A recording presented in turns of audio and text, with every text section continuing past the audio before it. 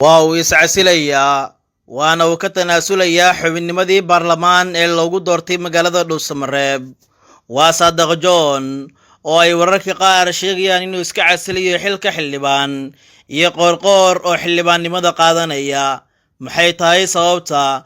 Maxaa xilligan keenay in Saadaq John uu iscasilo?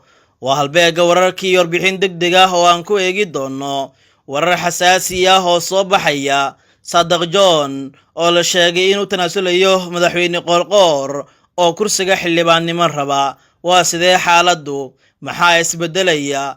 Dabayl siyaasadeed oo mar kale Galmudug ka timid iyo xaalka oo jahwareer ku ridaya mucaaradka Soomaaliya. Balse marka hore sii sheergareeya muuqaalkan oo like na saara. Nagu soo biiro followde page-keena Facebook ee halbeega wararka. Sidoo kale subscribe inoo saar YouTube-keena halbeega si aad ula socoto wararka iyo muuqaalada halkan aynu ku baahino. Waa hagaag aynu ku horumarnay warar ayaa sheegay in Saadaq John iscasilayo xilli Qoorqoor xildhibaan uu qaadanayo. Guux siyaasadeed xoog leh ayaa soo baxaya oo aan la ogeyn sida uu ku dhaboobi doono, balse xogaha ay sheegayaan in qorshaad la dejiyay in la fulinayo ayaa dhiman oo kaliya. Madaxweynaha Galmudug Axmed Cabdi Kaariye Qoorqoor ayaa ku dhawaaqay xalay inuu ku faraxsan yahay soo gabagabeynta doorashada baarlamaanka Soomaaliya ee deegaanadaasi ka socotay bilihii la soo dhaafay. Inkastoo Qoorqoor uu shaaciyay in doorashadii Galmudug soo gabagabeeyeen, ayaa haddana waxaa la helay warar sheegaya in kursiga xildhibaannimada Saadaq John ku soo baxay uu ku fadhiisan doono madaxweyne Qoorqoor. Qoorqoor ayaa villa Soomaaliya ku caadinaysa in uu helo kursi xildhibaan, weliba uu ka qaato jarnaalka isku cidka yihiin Saadaq John oo ay isfahamsan yihiin isku beelna ay ka soo jeedaan. Sababta la sheegay in Qoorqoor kursiga xildhibaannimada u qaadanayo ayaa waxaa la leeyahay in laga dhigo gudoomiyaha golaha shacabka 11aad ee Soomaaliya, sidaas oo rajadii beelaha Hawiye ee madaxweynenimada ay ku dhiman doonto. Farmaajo iyo Fahad ayaa u arka midda kaliya ee lagu dili karo hanka musharaxiinta mucaaradka haddii Qoorqoor afhayeenka golaha shacabka Soomaaliya laga dhigo.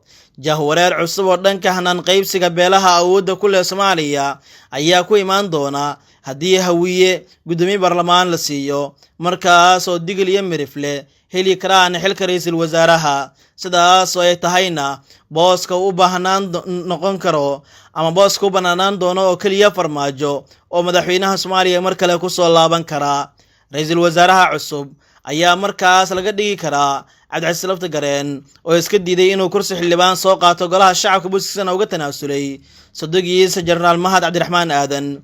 Weli ma hayno go'aano hirgalay arrimahaas la xiriira, balse waa xogo la sii saadaalinayay inay dhici karaan, waxaana musharaxiinta mucaaradka ay u muuqataa mid kaarta siyaasadeed aad u ballaaran loo degay oo ay adkaan doonto inay Farmaajo iyo saaxiibadiisa nabadii nolol ka takhalusaan. Xaalka ayaa hadda isbedelaya.